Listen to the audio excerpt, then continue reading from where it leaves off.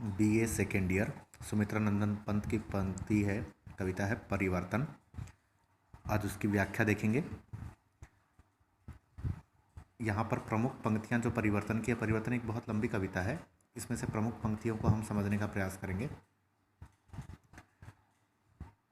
अहे निष्ठुर परिवर्तन, तुम्हारा ही तांडव नर्तन, विश्व का करुण विवर्तन, तुम्हारा ही नैनोन्मिलन, निखिल उत्थान पतन, अहे वासुकी सहस्त्रफन।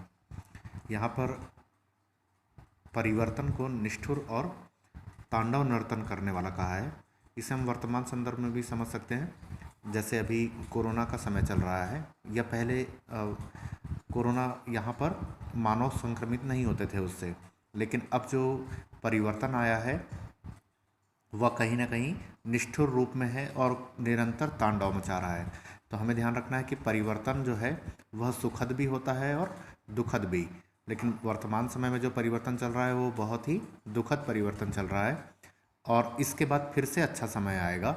यह इस कविता का प्रमुख विषय है।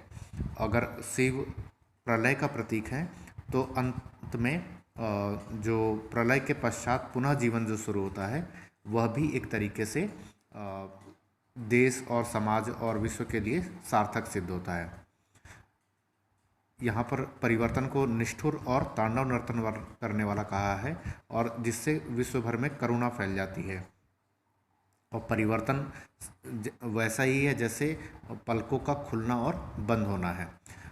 निखिल उत्थान पतन, निखिल का अर्थ होता है संपूर्ण, संपूर्ण रूप से उत्थान होना और फिर से पतन हो जाना।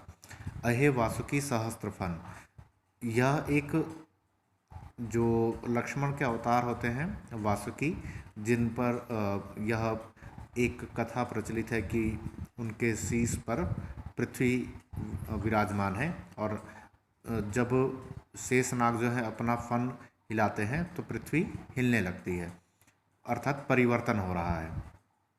और यह परिवर्तन बहुत ही तीव्र गति से होता है और जिससे संपूर्ण चीज़ें बदल जाती है। पृथ्वी में निरंतरता और परिवर्तन यह दोनों आपस में जुड़ा हुआ है। लक्ष्य अलक्षित चरण तुम्हारे चिन्ह निरंतर, छोड़ रहे हैं जग के विक्षत वक्ष स्थल। विक्षत यानी जो घायल हो चुके हैं और एक तरीके से जो घायल अवस्था भी है वह भी एक चरण चिन्ह के समान है कि परिवर्तन हुआ है। सत सत फेनोच्छ्वासित स्फीत फुत्कार भयंकर, घुमा रहे हैं घनाकार जगती का अंबर। अर्थात यह जो परिवर्तन है वह परिवर्तन इस विकराल रूप में है कि वह एक भयानक फुंकार कर रहा है और मुंह से झाग निकल रहे हैं और वह संपूर्ण जगत और अंबर को घुमा रहा है। मृत्यु तुम्हारा गरल दंत कंचुक कल्पांतर, वे कह रहे हैं कि जो वासुकी फन है वह उसके जो दंत हैं वह विष से भरे हुए हैं और वही मृत्यु है। और जो कंचुक कल्पांतर है, जिस तरह से कल्पांतर यानी युग का परिवर्तन और कंचुक यानी केचुकी, जिस तरह से सर्प जो है वह केंचुली उतारती है तो और फिर से नए रूप में आ जाती है, उसी प्रकार एक कल्प या एक युग के समाप्ति के पश्चात एक दूसरा युग प्रारंभ हो जाता है। अखिल विश्व का विवर वक्र कुंडल दिगमंडल, अर्थात यह जो केंचुली बना के रखा हुआ है सर्प और एक कुंडली बना के बैठा हुआ है और वह कुंडल जो है वह संपूर्ण विश्व उसी में शामिल है और वह जो सांप का कुंडली है वह परिवर्तन को ही इंगित कर रहा है। हमें ध्यान रखना है कि परिवर्तन एक विश्व में ऐसी चीज़ है जिसमें हमेशा निरंतरता रहती है। अर्थात कोई भी चीज़, हम पहले बच्चे थे, फिर बड़े हुए, फिर वृद्ध हो जाएंगे और उसके पश्चात हम समाप्त हो जाएंगे और यह एक निरंतर परिवर्तन की अवस्था से गुजरना ही है। उसी प्रकार हर चीज़ का जो परिवर्तन होता है वह एक नए रूप में विकसित होता है। अर्थात जब बच्चा बड़ा होगा तो उसके अंदर कुछ परिवर्तन होगा, फिर जब वृद्ध होगा तो फिर कुछ और परिवर्तन होके वृद्ध होगा। इस तरह से निरंतरता हमेशा बनी रहेगी और फिर से नए का जन्म होगा।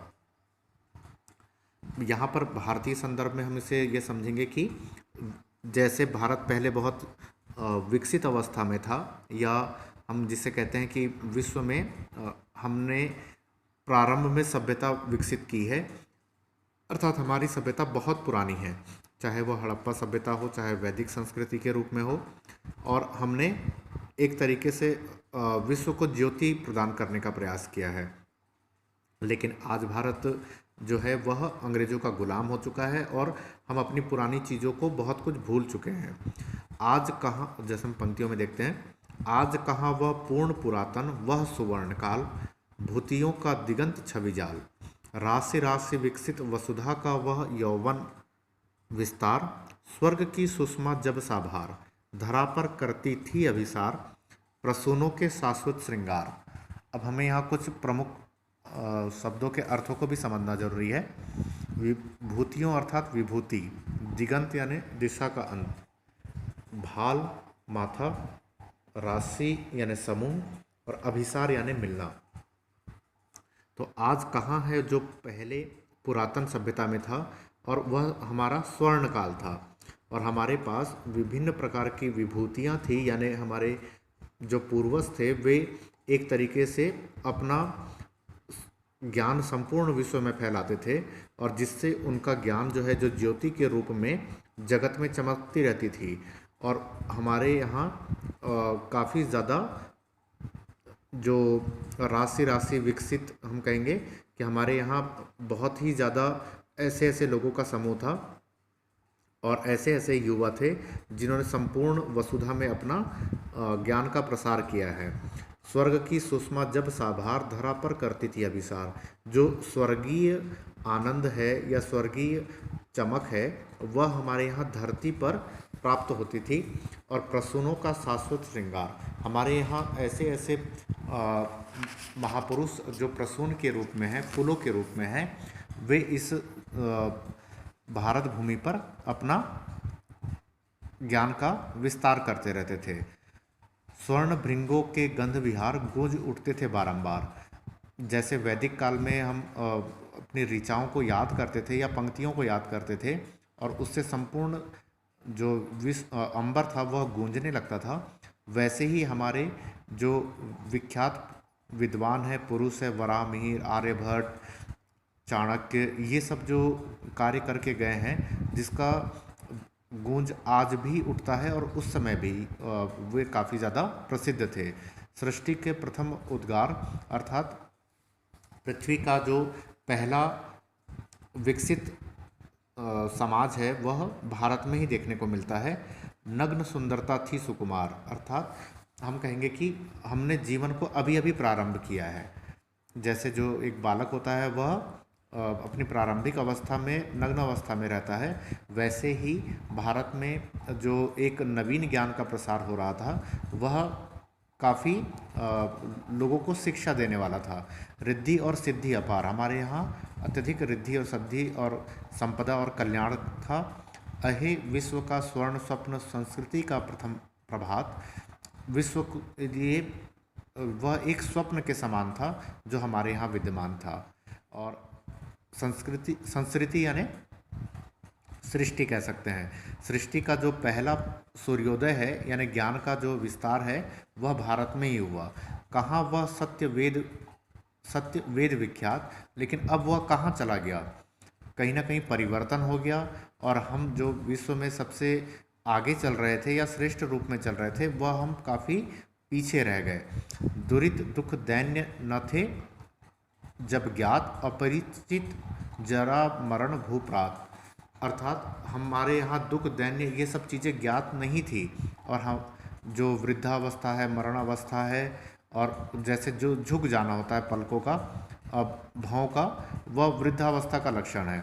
इन सब से हम अपरिचित थे, अर्थात हमारा भारत जो है वह काफ़ी अच्छे तरीके से स्वर्ण काल में चल रहा था, लेकिन अब जो है वह काफ़ी दयनीय अवस्था में चला गया है। खोलता इधर जन्मलोचन, मूंदती उधर मृत्यु क्षण क्षण, अभी उत्सव और ह्रास उल्लास, अभी अवसाद अश्रु उच्छ्वास, अचरितता देख जगत की आप, शून्य भरता समीर निश्वास, डालता पातों पर चुपचाप ओस के आंसू नीलाकाश, सिसक सिसक सिसक उठता समुद्र का मन, शिहर उठते उद्गन, आज का दुख कल का आह्लाद और कल का सुख आज का विषाद। समस्या गूढ़ स्वप्न संसार, पूर्ति जिसकी उस पार। जगत जीवन का अर्थ विकास, मृत्यु कृतिक्रम का हास।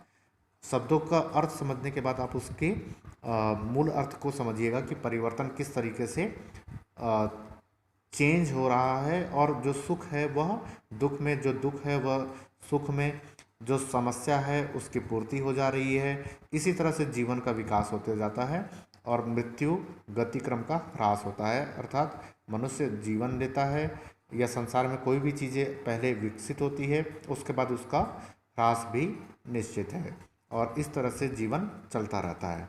धन्यवाद।